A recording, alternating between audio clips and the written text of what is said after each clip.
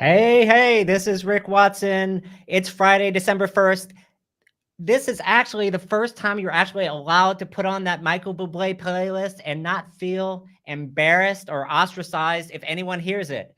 Welcome to the Watson Weekend, episode 4. I'm so glad you're here. This is a place where it be proven that liking Michael Bublé may not actually be the worst guilty pleasure you have ever to admit to. I'm Rick Watson, CEO of RMW Commerce, and here with my co-host, Jess Laseski. Jess, did you enjoy your turkey day? Sorry, guys. It's been a rough morning. As you all know, I've been eating a lot of crow. I did not eat Thanksgiving turkey. I was actually eating crow from, if you remember, a couple of weeks ago, we had a big conversation about Shein and whether or not they were going to be going public. We did. I made a pretty bold statement, and I'm often not wrong, but I was way off. Do we need to roll it? Let's roll the footage on that one.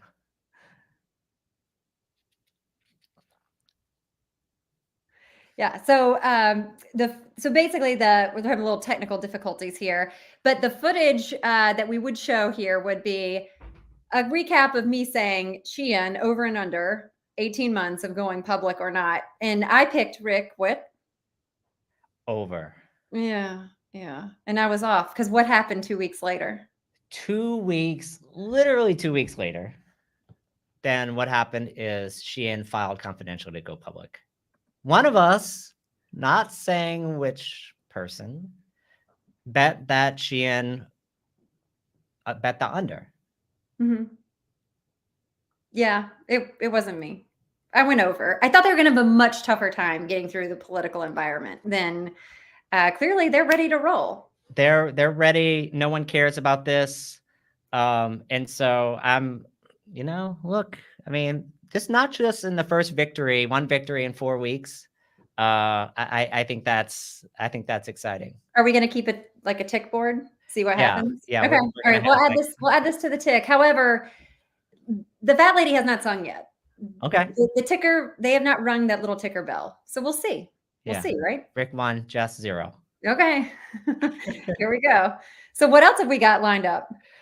On today's show, we have a couple of different things for you. First is, did the couch win Black Friday? Who writes this stuff? Like, I don't understand. That's one.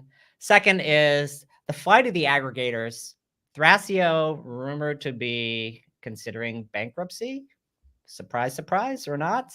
Yeah, and then finally, we have another trip to the Happy Jess Index, which is our consumer confidence. You know more about this than me. Yeah, I think this is probably one of the more momentous conversations we're going to have. So I'm really excited to dive into it. No, that sounds good. And I think, look, we're going to start talking about Black Friday, Cyber Monday. Here are a couple of numbers to start out with. $9.8 billion on Black Friday, $12.4 billion in sales on Cyber Monday. I think these stats are kind of made up. These are not adjusted for inflation. And so Cyber Monday, it seems to be kind of the last chance sales. So everyone's like a student, like they get their homework done at the last minute. So everyone's like getting their consumer shopping done at the last minute. That's kind of what I'm seeing about Cyber Monday. What about you, Jess? Yeah, same. I think that there was definitely the pullback that we saw in October, people holding on to their dollars, waiting. And no matter how many deals could get thrown their way, they were not ready to open up that purse. And it really took the Black Friday, Cyber Monday to kick off because they were believing that that's really where the best deals were going to come out. And yeah, they showed up. You're right. It's not adjusted for inflation, but I think the real story here is the couch did win because wonk, wonk, the stores were very, very quiet. The store, you can see here, foot traffic dipped slightly, which we've seen charts that show every year footfall into stores is declining. I think what was Did you different this say year. football or Football. football? Or people were on the couch watching the Black Yes, Friday Amazon game? they were. Actually, that's a really great call because that pretty much had everyone glued. And I would really like to see the stats on how many people were QR coding the ads. I've heard lots of rumblings about it because that was the whole goal. Are we going to be able to now retarget better? Amazon's going to be able to do all of this data. It'll be interesting to see if the hype is really there. But yes, football over football is the moral of the story here. I love it. I mean, look, mobile is winning the day. And the stats I heard is that 2023 mobile internet traffic as a percentage of all internet traffic worldwide is over 60% now. And so why the heck do you actually want to go into a store is my question. If you could just sit on the couch and get, frankly, better deals and know if you don't need it tomorrow, why do you need to walk into a store? Exactly. And it used to be that the best deals were in store, but then with the pandemic and COVID, they had no choice, right? The retail environment said, look, we can't afford health-wise to have our store employees put at risk. We don't want people beating down doors. And so the deals were just mirrored. And now we've trained consumers and conditioned them that they don't need to go into the store to get the deals. The same thing is going to be available. If not, the ring-a-ding-ding of the holiday clock starts the day after Halloween. So do you really even need to worry about Black Friday at all? I think consumers did, as we talked about. And what it was also interesting is brands won the day when you talk about Google search. And I thought that was something that was unique, right? When you look at the top 20 searches for Google, 19 of them were actually a brand and a retailer. So that was interesting. And then the other term that really just shows the consumer mindset was calculator. People really trying to, do the, I don't know why they're not using their phones, but searching on Google's for calculators so that they can crunch the numbers on their deal savings. Calculator. Maybe they're trying to calculate how much their milk prices are going up right now, because that seems to be what everyone's inflation. I was listening to the Daily on the New York Times this morning, which is like the first time I've done that in years. Yeah. And apparently the trending item on TikTok, which you probably know because you're hip to TikTok, hashtag silent depression. And basically what it means is that it costs more to buy a house in 2023, like in terms of number of years to save up for a down payment than it did in 1930. And apparently this is all the rage on TikTok, people talking about it. And so maybe that's what they're calculating. Like, how am I actually going to have a down payment? It could be. We're going to talk a lot about those talkers when we get to the consumer happiness index and what's going on. But before we do that, I think we're going to bring on someone, our guest host today, who has a lot to say about Black Friday, Cyber Monday, but also just has been living it day in and day out for a long time. Do you want to bring in our guest? Yeah, look, Ben, in his own words, he's a true New Yorker. It's like questioned, like, look, I'm somewhat offended by this. I'm a new New Yorker. Ben, we live in the same neighborhood. We have spent more than one Passover Seder with Ben together. And maybe you can start out with, like, what's a true New Yorker, Ben? A true New Yorker. I think a true New Yorker is probably someone who is, it's pretty cliche, always on the move, never really satisfied, always wanting to go to the next show, like the next concert. That's definitely been my New York experience. That's great. So, I mean, look, Ben is not only a true New Yorker, but a true veteran of the direct consumer world. He started out his career at Harry's Razors, and coincidentally, Vinny, our producer, is a Harry's guy. So props to Vinny. Before going on to like, hey, this D2C could be something, co-founded Hubble Contacts. And his next venture was also in e-commerce, direct-to-consumer as an acquirer. So he's founder and CEO of Agora Brands, which is a direct-to-consumer aggregator. So happy to have you here. Yeah, welcome, Ben. So I don't know if you were told, but we like to play this little game on Two Truths and a Lie. And since you and Rick are West Siders, probably bump into each other at the local coffee shop, we're just going to test his knowledge to see how well he knows you. So are you ready, Rick? I don't think I'm ready. All right. Here we go. All right. So Ben's 6'6" tall, traveled to 60 countries, majored in philosophy in college. Wow. He is really tall. So I am not gonna call a lie on that one. I don't think he's traveled to 60 countries. I think that's a lie. All right. You got to tell us, Ben. You are correct. I have not traveled to 60 countries. That is a lot of countries. Maybe half that. That's good. What's the next one on your list, Ben? I am planning to go to Japan in May. I am so excited. Nice. That's amazing. Yeah. Oh, Should be great. Tickets Cool. booked and everything? Not yet, but my wife and I are scouting them out. Nice. We should buy them later. So you did not take advantage of Travel Tuesday, which is the day after. Is that a thing? I thought it was Giving Tuesday. I didn't know about Travel Tuesday. It's really getting confusing. There's a day now for everything. So yeah, exactly. do you have anything you want to weigh in on Black Friday, Cyber Monday, the Cyber 5, as we like to call it in the retail environment? Anything you noticed?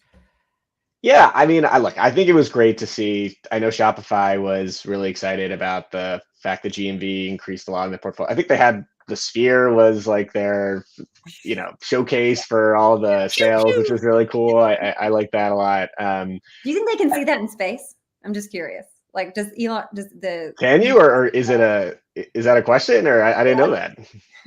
Like the Great Wall of China or something. Yeah, maybe. I think it's a little bit tricky to say with Shopify itself, because a lot of the growth, I think, is growth in number of brands as opposed to within each brand. So the overall GMV, I'd be curious to see, like, holding constant the number of brands that were present last year, how has revenue increased, especially adjusted for inflation, as Rick said. But in general, it's great to see the GMV increase so much for the Shopify numbers, and looks like overall in the economy numbers. Yeah. I thought one thing that was interesting was they talked about the number of merchants who had their first sale, which, really kind of speaks to they're powering this, entrepreneurial economy and the small business. The difference last year from this year, they talked about like key items, which wasn't in their recap. I don't know if that was intentional or not, or they were just trying something new. But last year they talked about how many only pans they sold. That wasn't there. It's just interesting to see how they're different in the way that they talk about the stats. Yeah, certainly the market really reacted well, if I remember correctly, earlier this week to their numbers. So that was great. They were very happy. I thought it was interesting, though, that the people who didn't talk, and I know our friend Hendrik said rightfully so, it's too small, but TikTok didn't talk about anything. They didn't get in on the Black Friday, Cyber Monday narrative. Neither did Temu. Really, Shein didn't either. They threw out a lot of hype about their Black Friday deals. They sent out a press release. They talked about when those were kicking off, but like there was no recap. Do you guys find that odd? I'm not sure what they're trying to prove here. I mean, look, I find most of the Black Friday, Cyber Monday numbers to be propaganda. And so whether it's like Adobe, Salesforce, Shopify, BigCommerce, like everyone releases their Cyber Monday number. It's just another way to have a momentum press release. Yeah. I personally wait for like the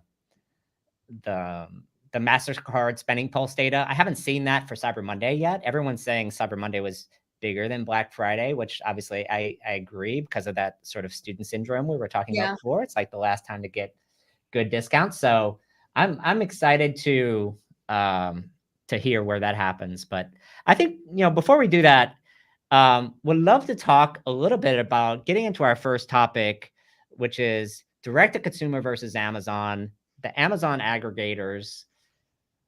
What the hell happened here? I'll start that out. Yeah, I think it's Thrasio. Is that who we're starting? Yeah, reported that Thrasio is hiring bankruptcy advisors. I think I saw something on Twitter that was looking at like people buying shares, common stock or shares in Thrasio, and share prices down like 99%. So it's pretty imminent bankruptcy, pretty clearly. The Amazon aggregation thesis has just really failed, unfortunately. And I'm, running an aggregator myself, like a direct-to-consumer one, a Shopify one, which is a bit different. And I think we've held up pretty well compared to a lot of the folks on the Amazon side. But it is amazing to see like an industry go from 0 to 60 to 0 in like 3 years. So fast, right? I mean, if he actually can throw up I know we have a slide on this around what Thrasio raised, and you look at that momentum, it's insane. Yeah, I mean, look, Thrasio ended up raising $3.4 billion total. Then they were valued at their peak $10 billion. And now they're valued 1% of that, from Ben's numbers. Yeah. So what they do have that no other company has is the coolest name of a CEO. Carlos Cashman was the CEO, yeah. Was the CEO of Thrasio, which maybe it's good he stepped down, maybe it's not. But if I'm going to start a company, Sam Bankman-Fried, you got the yeah, exactly. If I'm going to start a company, I got to change my name to Cashman.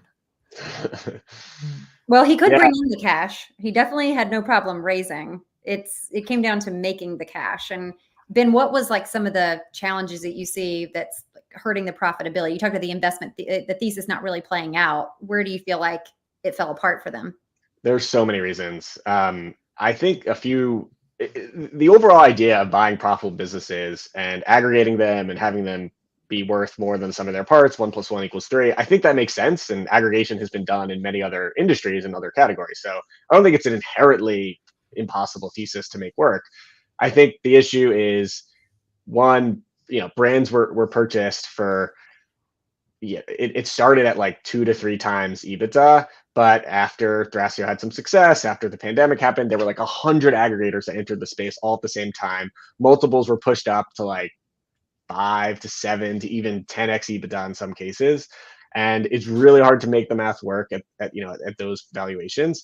Also, as someone who buys businesses in the space, you're looking at really small businesses who don't have financials that are that well audited or even accurate. And so when you're buying at like 5 to 7x EBITDA, like there's a lot of add backs in that. And maybe they forgot some costs somewhere that you have to figure out. If you're buying 300 businesses a year, you can't really do the type of due diligence necessary to actually figure out what the true EBITDA was. So are you really buying a 5 to 7x EBITDA, or are you buying at like 10 to 15x EBITDA?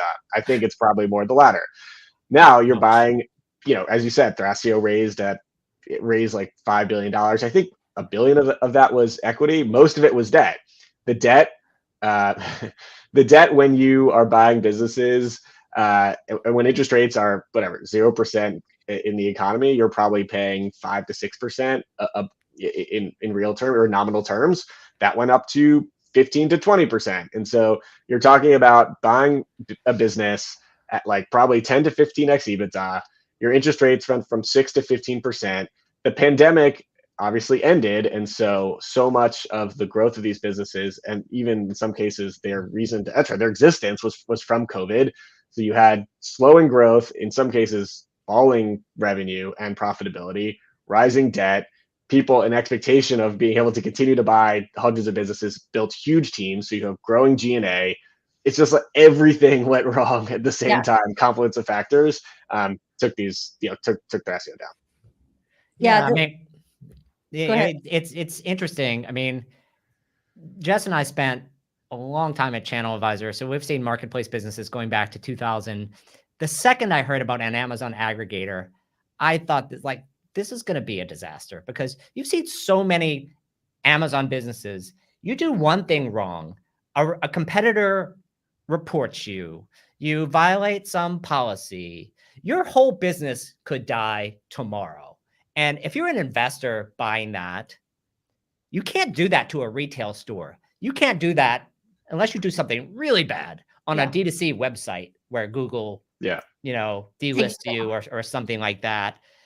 Amazon, there's like one judge, jury, and executioner, and you are dead if you get to follow their rules. And now you're supposed to build this like multi-billion-dollar company on top of someone else, like an intern flunky at Amazon or some automated robot that freaking shuts you down.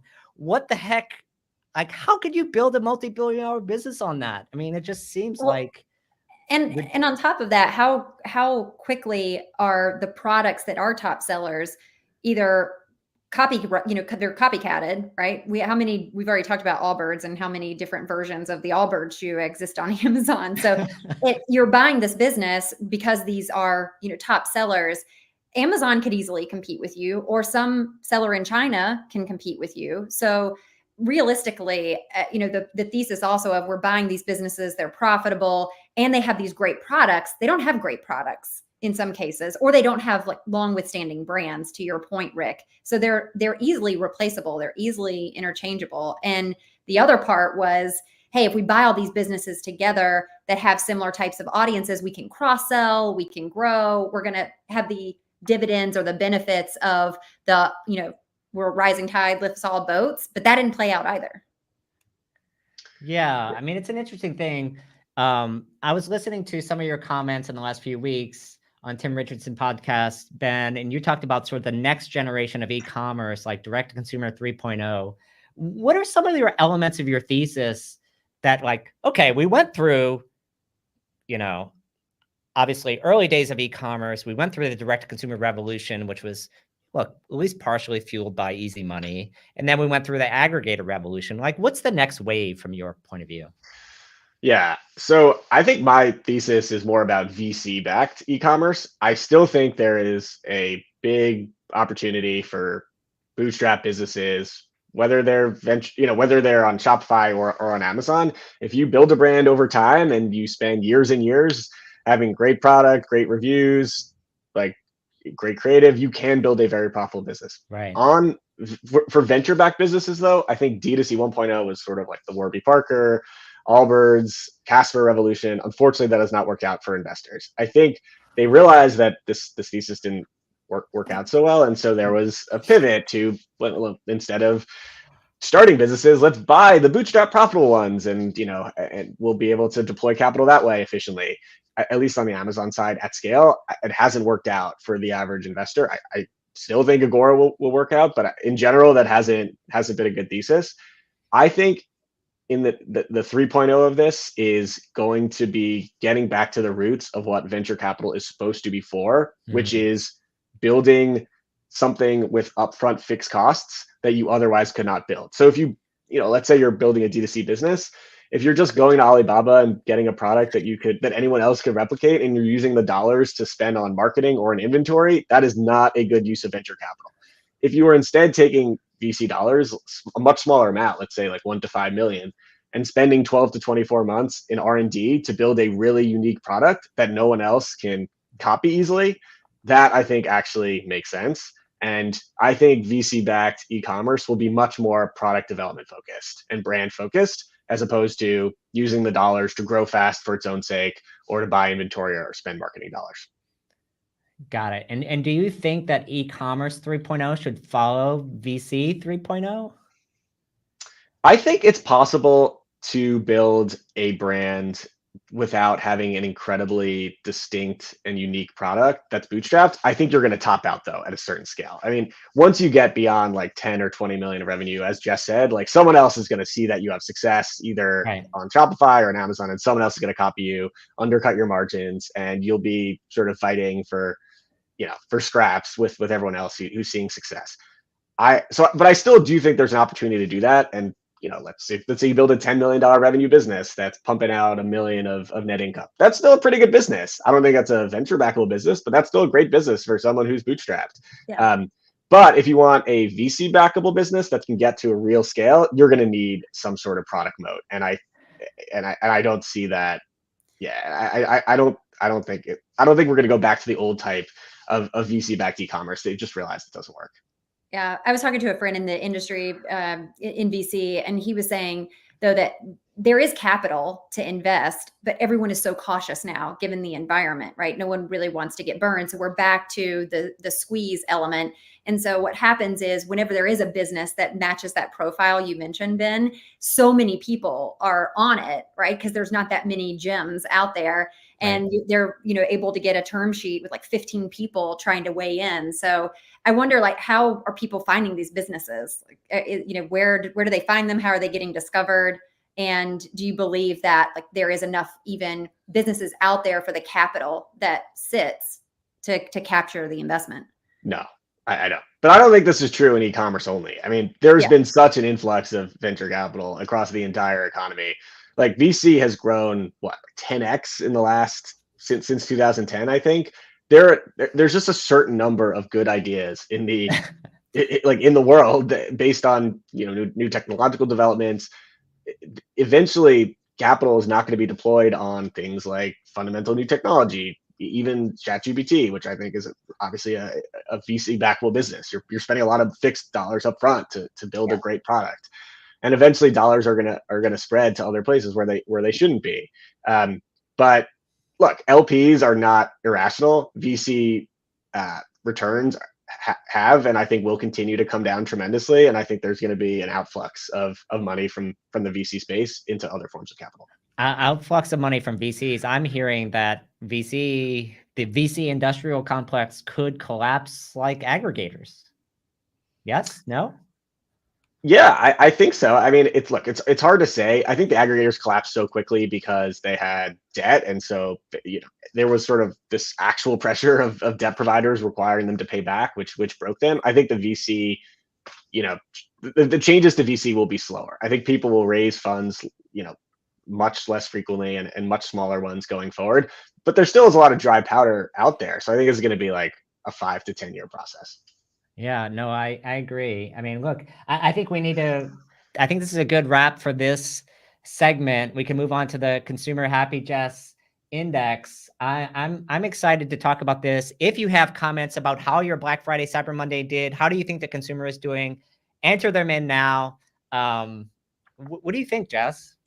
Yeah, look, I think this is, like I said, probably one of the most exciting times to talk about what the consumer is feeling, because we've had this will they, won't they type of question the whole time since we launched this segment, because we're curious, are they actually holding dollars? Like we saw, October, they were peeling back budgets and that we're just waiting because there was pent up demand. Or were they just not going to show up at all? And I think the stats did show, while we can argue about inflation adjusted, not that they did show up in Black Friday, Cyber Monday. They definitely spent. But what we want to talk about is why did they spend? And I think we've got some slides to flash up on the discount levels and how those have changed, which is pretty interesting that we can talk about. So if you look at the average discount rate by day, 27% on Thanksgiving, 28% on Black Friday, and it held pretty steady because the Black Friday, as we all know, just either stayed Black Friday through Saturday and then it flipped to early Cyber Monday, or it went to early Cyber Monday on Saturday. It just depended on, you pick your poison. But we did see that consumers were waiting for those deals and waiting for those discounts. I know personally, the only clothes I can get my kids to dress up in are Vineyard Vines, which I know sounds very bougie, but it's not, I promise. But Vineyard Vines went to like 60% off, and you never see that. They have been, traditionally in that 30-40 range was a really good deal for them. And so I think they were waving the flag a little bit like, hey, let's show up. I'm here. Come by me. So we definitely saw those discounts getting more and more aggressive.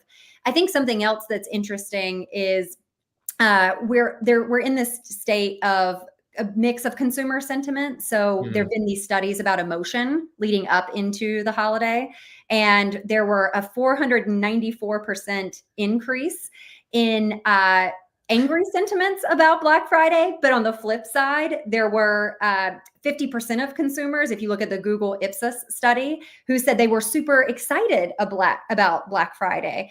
So it was kind of on the cusp. The people who were angry were in this inflation nation, right? They're like, hey, I don't need a discount on TV. I need a discount on my cheese.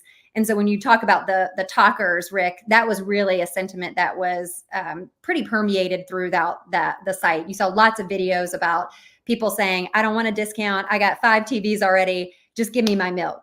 Then you also saw people who said, hey, I don't believe these deals are real. And there was this video that went viral. It's over 30 million views, picked up by the New York Post, picked up by Retail Wire, of a woman who was sliding the discounts off.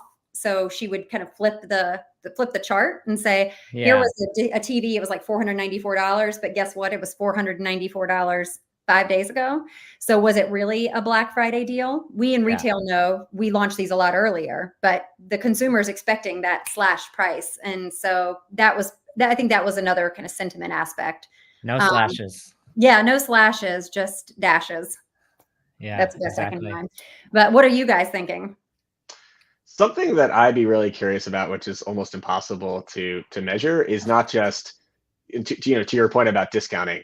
Instead of looking year over year at how much revenue has increased on Black Friday, looking at how much margin or contribution margin has increased. Like if you're discounting a product 60%, you probably can get more revenue from that. But are you just selling inventory that you had, like excess inventory that you overbought, selling it at almost no margin? Possibly. It's still better to collect, get revenue back and collect cash from it if you're gonna throw it out anyway. But I'd be really curious to see. I think there's a lot more discounting, as you said, this year. I'd be really curious to see if someone could figure out a way to show year-over-year contribution margin from retailers as opposed to just revenue.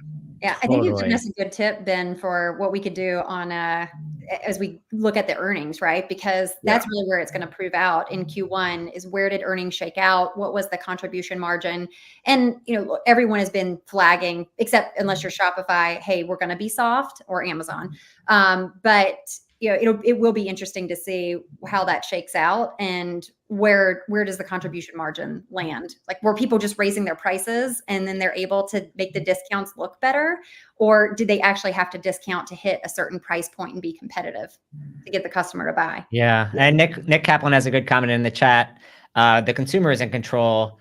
Contribution margins are really, I think, under pressure. And if you're discounting 6% more than last year, and you have 5% operating margin, that means you're going into the red just with some small number. So you can't give up that many points of gross margin and keep operating a profitable business, period. And so you better hope you don't have much inventory in that situation, because every sale you make, you're going to be losing money. Yeah. Do you guys think that Black Friday, Cyber Monday matters next year in the same way for brands? Yeah, I think so. I mean, look, it definitely matters as a way to get rid of excess inventory. I mean, even if you're selling product at a much discounted price, like if you're able to sell it at that price versus nothing, that's obviously really good. You can recoup some cash. And I think a lot of brands want to keep their prices high the rest of the year. They think that's important for how their brand looks, that making sure that it's premium. This is an opportunity. Like everyone discounts during Black Friday and Cyber Monday. So it's really an opportunity to offload a lot of inventory that you otherwise would have wanted to get rid of at really discounted prices. And I think that will continue. Yeah, absolutely. Well, we're going to wrap with the tortoise and the hare. That's where we feel like we're going to leave this. Is the consumer really been holding up their cash and they're going to spend through December? MasterCard says they will. They said that December will be 14% higher in average daily spend than what we saw in November. It'll play out. Hopefully, the tortoise will eat the hare and it'll be a bloodbath. Yeah. In this case, the hare is, I think, Cyber Monday, because it's sort of the last minute discounts. And I think the fact that we're keep moving more and more to mobile, we now have a new shape of the holiday season. Discounts are revealed early, but consumers aren't necessarily shopping in all those discounts early. What it allows them to do is prioritize their spending. Yeah. So when do I spend for which types of purchases? And the bigger purchases where the 60% off is a bigger impact to you, then you're going to wait to do that purchase. And maybe you're not going to shop your whole thing earlier on as well. Well, I think that maybe that's why they were looking for calculators on Google, so they could plan their budgets, not the good old fashioned Google spreadsheet. But hey, that's for another day. So 100%. Thank you so much, Ben, for being here. It's been a great conversation. Loved it so much. I think we got a lot of good sound bites, and we like to kick this out with a dance party. So Ben, show us your moves. Yeah. Oh no, I can't stand up.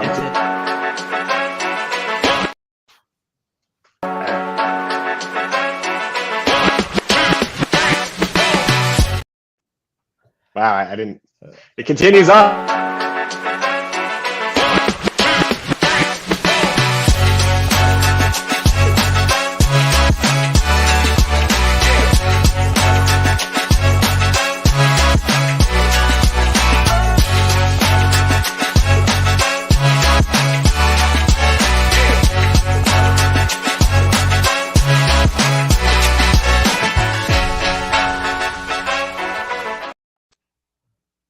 Awesome.